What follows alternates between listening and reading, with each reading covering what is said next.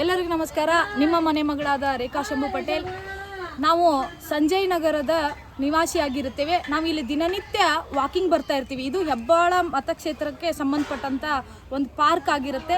ಇದು veterinary hospital back gate. ಇಲ್ಲಿ veterinary ಹಾಸ್ಪಿಟ್ಲಲ್ಲಿ 100 ಎಕರೆ ಇದೆ. ಇಲ್ಲಿ ಮಣ್ಣು ಟ್ರ್ಯಾಕ್ ಇರುತ್ತೆ, ಆರೋಗ್ಯಕ್ಕೆ ಒಳ್ಳೆಯದು ಅಂತ ನಾವು ದಿನನಿತ್ಯ ಇನ್ನೂ ಹಲವಾರು ಜನರು ಇಲ್ಲಿ ವಾಕಿಂಗ್ ಮಾಡಕ್ಕೆ ಬಂದಿರ್ತಾರೆ. ನಿನ್ನೆ ಆದರೂ ನಾವು ಇಲ್ಲಿ ವಾಕಿಂಗ್ ಬಂದಾಗ ಈ ಪಾರ್ಕು ಎಷ್ಟು ಸುಂದರವಾಗಿತ್ತು, ಕೂಡಕ್ಕೆ ಚೇರ್ಗಳ ಥರ ಇತ್ತು, ಮತ್ತು ಪಾರ್ಕ್ ವಾಕಿಂಗ್ ಮಾಡೋಕ್ಕೆಲ್ಲ ಚೆನ್ನಾಗೇ ಇತ್ತಪ್ಪ. ರಾತ್ರಿ ನಿನ್ನೆ ಬಂದು ಇವತ್ತು ಬಂದು ವಾಕಿಂಗ್ ಮಾಡೋಕ್ಕೆ ಹೋಗಕ್ಕೆ ಬರ್ತೀವಿ, ಇಲ್ಲಿ ಎಲ್ಲ ಬಿಸಾಕ್ಬಿಟ್ಟಿದ್ದಾರೆ.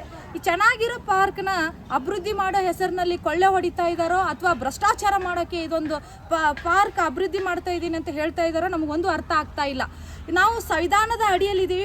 ಇದೇ ಕಾಂಗ್ರೆಸ್ ಸರ್ಕಾರ ಸಂವಿಧಾನ ಅಂತ ಹೇಳ್ತಿದೆ. ಅದೇ ಸಂವಿಧಾನ ಅಡಿಯಲ್ಲಿ ನಾನು ಒಬ್ಬ ಭಾರತದ ಪ್ರಜೆಯಾಗಿ, ಭಾರತದ ಒಬ್ಬ ಸಾಮಾನ್ಯ ನಾಗರಿಕಳಾಗಿ ನಾನು ಈ ಪ್ರಶ್ನೆಯನ್ನು ಮಾಡ್ತಾ ಇದ್ದೀನಿ ನಿಮಗೆ.